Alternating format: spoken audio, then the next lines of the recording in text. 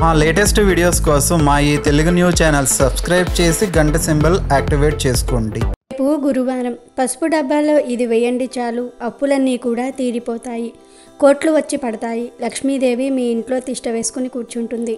మీకు కావలసినంత ఐశ్వర్యం వస్తుంది. మీ ఇల్లు భోగభాగ్యాలతో తులతూగుతుంది. ఇంట్లో ఉండే అన్ని రకాల ఇబ్బందులు పోతాయి. దానికి ధనం వస్తుంది. పేరు ప్రతిష్టలు పెరుగుతాయి.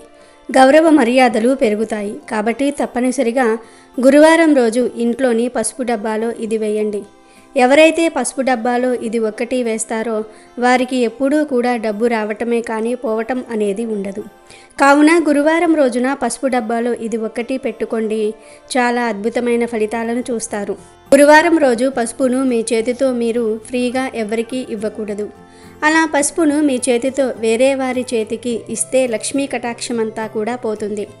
లేనిపోని సమస్యలు వస్తాయి. అంతేకాదు గురువారం రోజు పసుపును కొని ఇంటికి తేయకూడదు.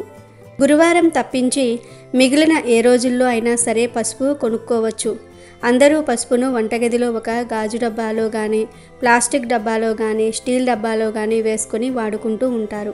అయితే అలా వంటగదిలో ఉండే పసుపు డబ్బాలో గురువారం రోజున ఇది ఒక్కటి వేస్తే చాలు, మీకు ఉండే అప్పులన్నీ కూడా తీరిపోతాయి. కోరినంత ధనం వచ్చి పడుతుంది. ఈ రోజుల్లో చాలామంది అప్పుల బాధలతో సతమతమైపోతూ ఉన్నారు కదా. అలా అప్పుల బాధలున్న వారు కూడా ఈ పరిహారం చేశారంటే ఖచ్చితంగా నెల రోజుల్లో రిజల్ట్ కనిపిస్తుంది. అప్పుల నుండి బయటపడే మార్గాలు తెలుస్తాయి. కావలసినంత ధనం వస్తుంది. మరి ఇంతకీ గురువారం రోజు పసుపు డబ్బాలో ఏం వేయాలి అనే విషయాన్ని ఇప్పుడు మనం ఈ వీడియోలో వివరంగా తెలుసుకుందాము.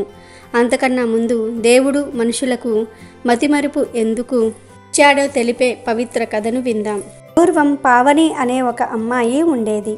పావని కష్టాలు అన్నీ ఇన్ని కావు.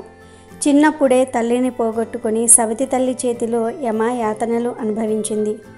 సవతి తల్లి ఆ పిల్లను ఓ త్రాగుబోతుకు కట్టబెట్టింది. అంతా చేసి తనకు పుట్టిన సంతానమన్నా గొప్పగా ఉన్నారా అంటే అది లేదు. రోగాల పుట్టలే ఇద్దరూ అకాల మృత్యువు పాలయ్యారు.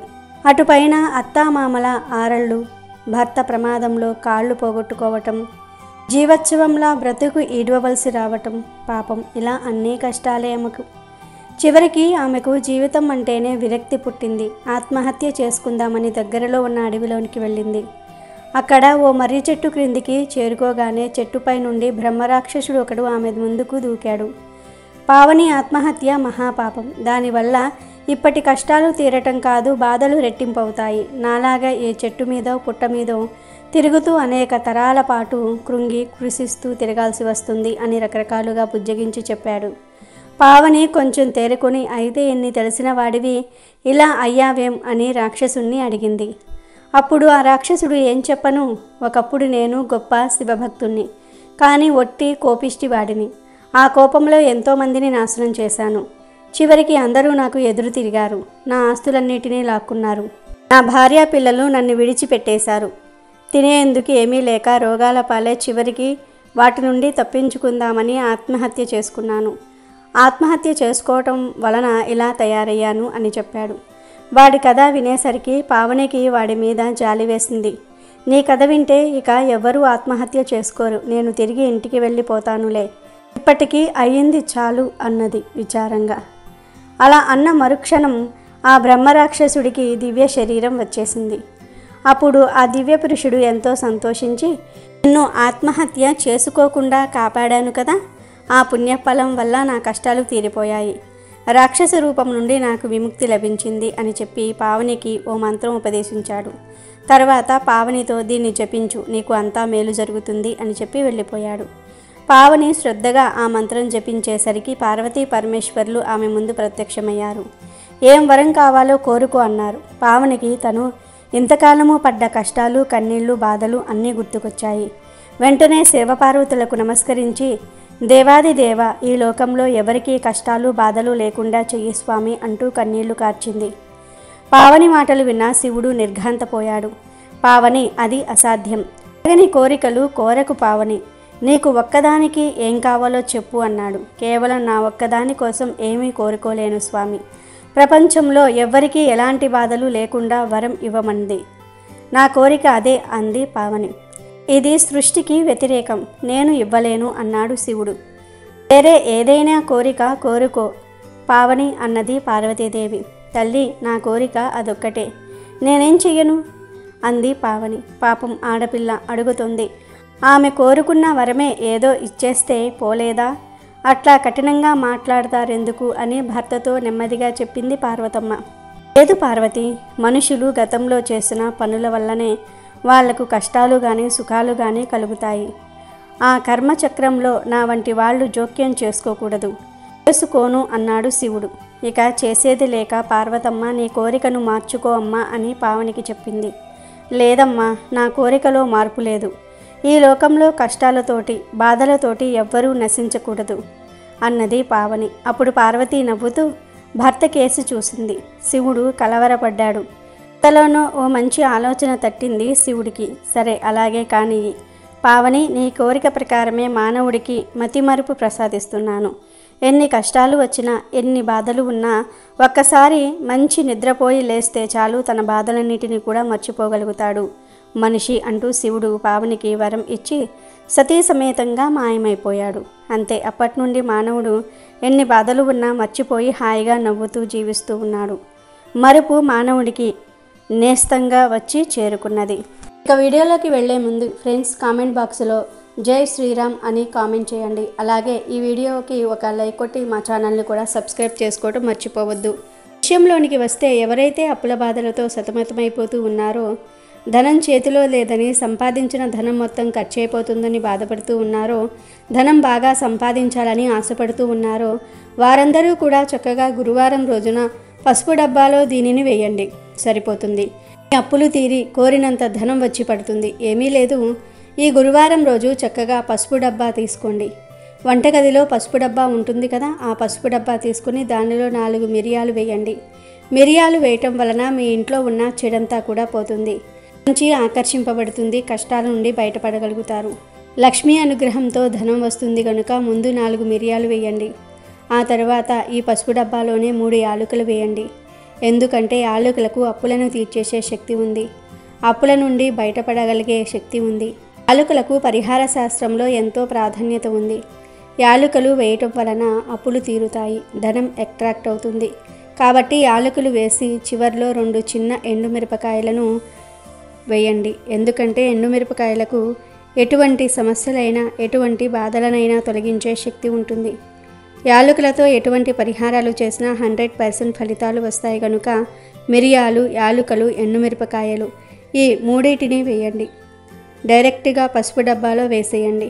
మూట కట్టి వేయవలసిన అవసరం లేదు.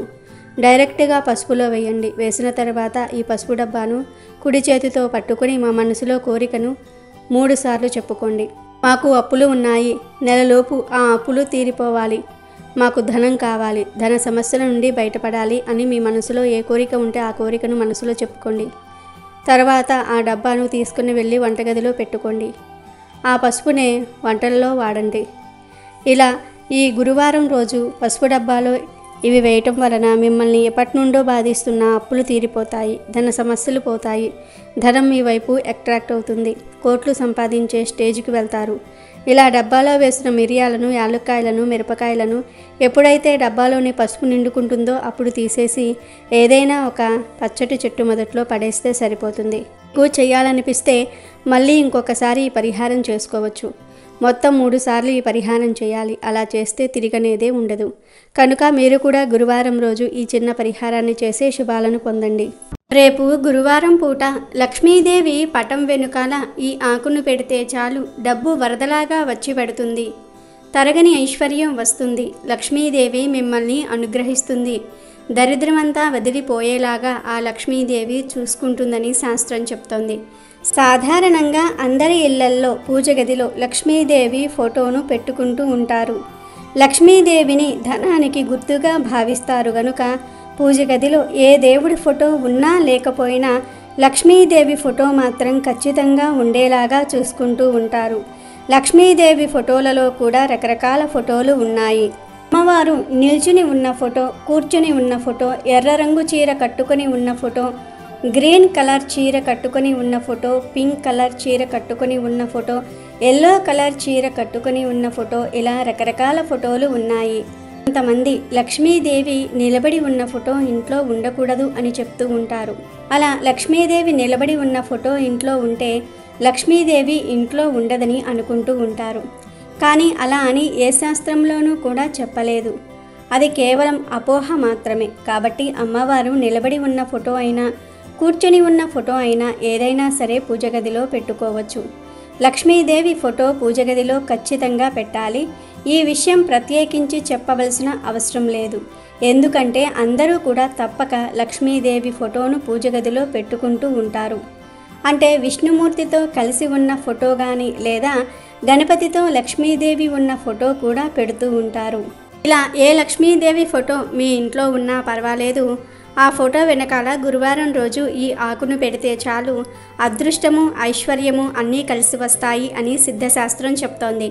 అంతేకాదు లక్ష్మీదేవి పటం వెనకాల ఈ ఆకును పెట్టడం వలన మీ జీవితం అద్భుతంగా మారుతుంది. సమస్యలన్నీ కూడా పోతాయి, కష్టాలన్నీ కూడా పోతాయి, లక్ష్మీదేవి అనుగ్రహం కూడా కలుగుతుందని పండితులు చెప్తూ ఉన్నారు.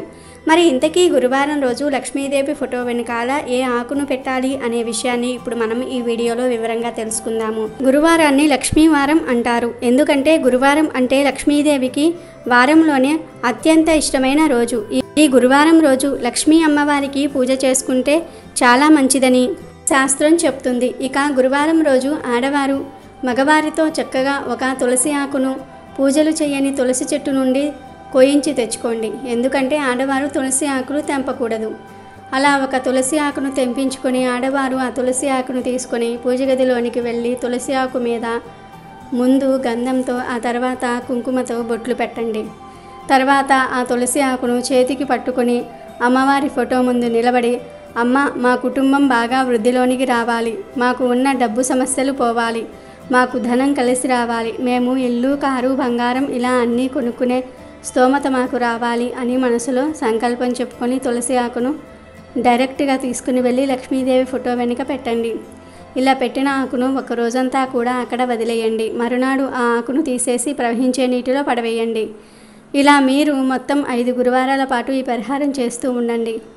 5 గురువారాలు చేశారంటే ఖచ్చితంగా అమ్మవారి అనుగ్రహంతో మీరు కోరిన కోరికలు నెరవేరుతాయి. కారు ఇల్లు బంగారం అన్నీ కొంటారు. అదృష్టం మిమ్మల్ని వరిస్తుంది. డబ్బు వరదలాగా వచ్చి పడుతుంది. కాబట్టి ప్రతి ఒక్కరూ కూడా గురువారం రోజు లక్ష్మీదేవి పటం వెనకాల ఈ ఆకును పెట్టి పరిహారం చేసి కోరికలను నెరవేర్చుకుని అమ్మవారి అనుగ్రహంతో సంతోషంగా జీవించండి. వీడియో నచ్చితే లైక్ చేయండి, షేర్ చేయండి, బట్ సబ్స్క్రైబ్ చేసుకోవడం మర్చిపోవద్దు.